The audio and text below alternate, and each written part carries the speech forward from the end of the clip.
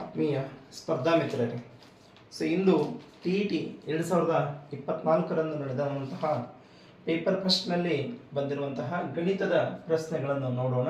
So ಇಲ್ಲಿ ಒಂದೇ ಪ್ರಶ್ನೆ ಏನಿದೆ, so 63 divided by 2⁴ into 5⁵ the ಬೆಲೆ ಅಂತೇಳಿ.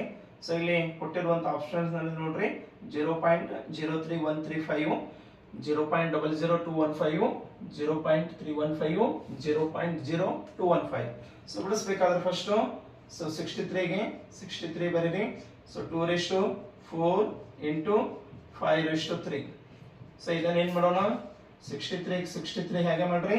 ಸೊ ಇಲ್ಲಿ 2⁴1 ಇಂಟು 2⁵3 ಇಂಟು 5⁵3 ಅಂತ ಬರೀತೇನೆ, ಅಂದ್ರೆ 2⁵3 ಅದು ಹೊರಟೋದು.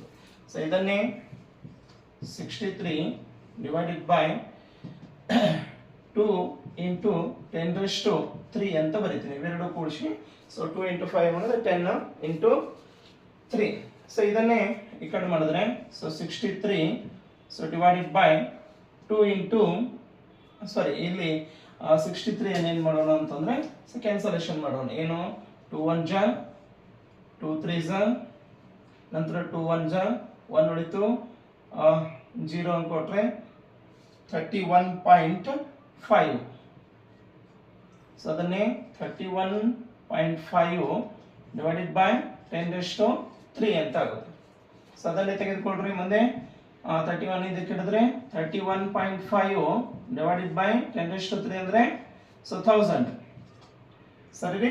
ಸೊ ಅದನ್ನೇ ನಾವು ಇದರಲ್ಲಿ ಬರೆದ್ರೆ, ಸೊ ಇದೊಂದು ಪಾಯಿಂಟ್ ತೆಗೆದು ಈ ಕಡೆ ಬರೆದ್ರೆ ಸೊ 0.0315 ಆಗುತ್ತೆ. ಸೊ ಹಾಗಾಗಿ ಸರಿಯಾದಂತ ಉತ್ತರ ಏನಾಗ್ತದೆ ಅಂತಂದ್ರೆ ಎಷ್ಟ್ರಿ, ಸೊ ಎ ಸರಿಯಾದಂತ ಉತ್ತರ ಆಗುತ್ತೆ. ಸರಿ ಐತ್ರಿ. ಸೊ ನೆಕ್ಸ್ಟ್ ಎರಡನೇ ಪ್ರಶ್ನೆಗೆ ಹೋಗೋಣ. ಸೊ ಎರಡನೇ ಪ್ರಶ್ನೆ,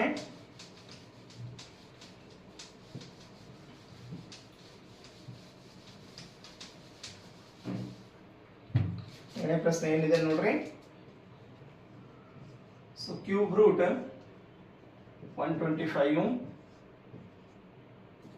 ಪ್ಲಸ್ ಕ್ಯೂಬ್ ರೂಟ್ 0.008 ಪ್ಲಸ್